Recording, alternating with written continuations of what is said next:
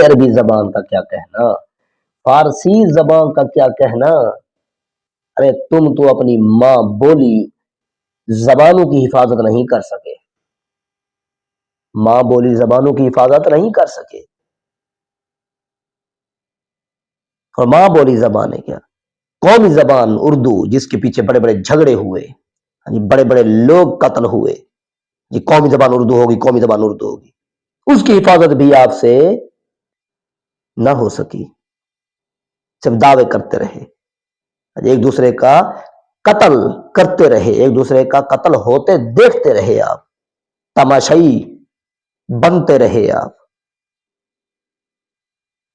حفاظت نہیں کر سکے. آپ نہ ہی آپ کی ثقافت محفوظ، نہ ہی آپ کی معیشی حالت محفوظ، نہ ہی آپ کی اقتصادی حالت محفوظ، نہ ہی آپ کے قوانین محفوظ، اور نہ ہی آپ کی تعلیم محفوظ، اور نہ ہی آپ کی تربیت محفوظ. کچھ بھی محفوظ نہیں ہے، کچھ بھی محفوظ نہیں ہے.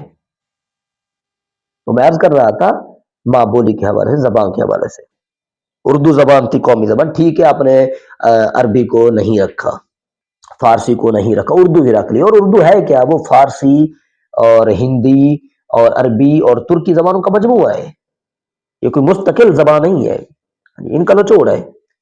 ٹولے آپ کوئی لفظ فارسی کا ملے گا، آپ کو کوئی عربی کا ملے گا، کوئی ترکی کا ملے گا، کوئی ہندی کا ملے گا، یہ سب کا نچوڑ ہے. اس کو آپ نے کیا قرار دے دیا، قومی زبان. قومی زبان قرار دے کے کم از کم آپ کی اس کی حفاظت کرتے، اسی زبان کو استعمال کرتے، لیکن آپ سے یہ نہ ہو سکا. ہم نے بالکل حفاظت نہیں کی، بالکل حفاظت نہیں کی. اس موقع پر مجھے وہ حکایت یاد آ رہی ہے، وہ روایت بھی ہے، حکایت بھی ہے.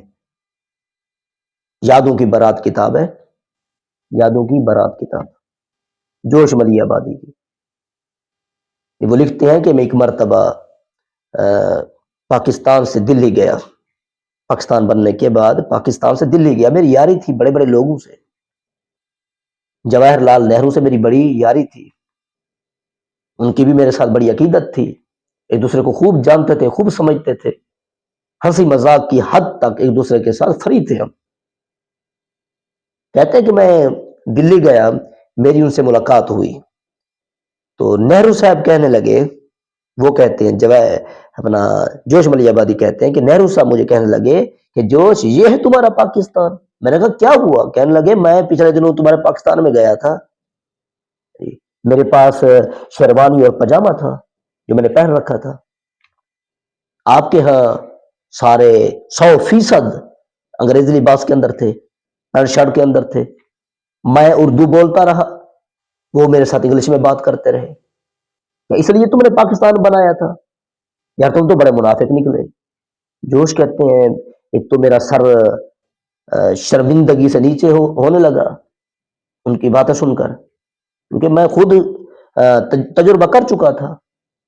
میں نے ایک مرتبہ خط لکھا تھا ایک بڑے افسر کو اردو کے اندر، انہوں نے جو جواب دیا وہ انگلش میں تھا. پھر میں نے جواب الجواب لکھا، میں نے کہا حضرت اپنی ثقافت کی تھوڑا عزت کریں، اردو استعمال کریں، غیر کی زبانیں بولنے سے بچیں آپ. اور حدیث کے اندر بھی تو موجود ہے کہ غیر کی زبانیں سیکھنے سے بچو، یہ دلوں کے اندر منافقتیں پیدا کرتی ہیں، روایت موجود ہے. وہ خود اس کا اندازہ کر چکے تھے، اس وجہ سے وہ شرمندہ سے ہونے لگے. جواہر لال نہرو نے اپنی گفتگو جاری رکھی، فرمایا کہ اس لیے تم نے پاکستان بنایا تھا؟ تم تو یار منافق نکلے، تم تو منافق نکلے. پاکستان بنانے سے پہلے تم کہتے تھے اردو اردو اردو اردو اردو کی حفاظت کریں گے، اپنی تہذیب کی حفاظت کریں گے، اپنی ثقافت کی حفاظت کریں گے. یہ ہے تمہاری ثقافت، یہ ہے تمہاری قومی زبان. تم تو یار اپنی زبان کی حفاظت نہیں کر سکے، تم اپنے اسلام کی کیسے حفاظت کرو گے؟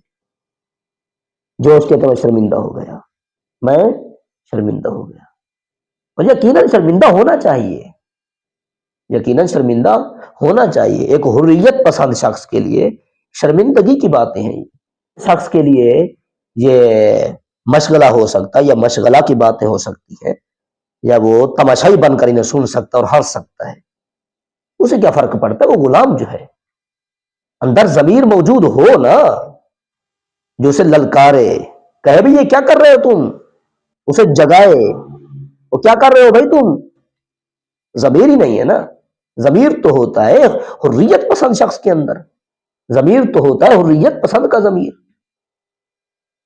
غلاموں کا ضمیر کیا، کچھ نہیں ہوتا.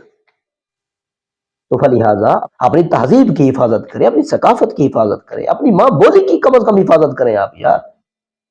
سب کچھ چھین کر لے گئے فرزندان کلیسا، سب کچھ چھین کر لے گئے. زباں بچی تھی وہ بھی لے گئے.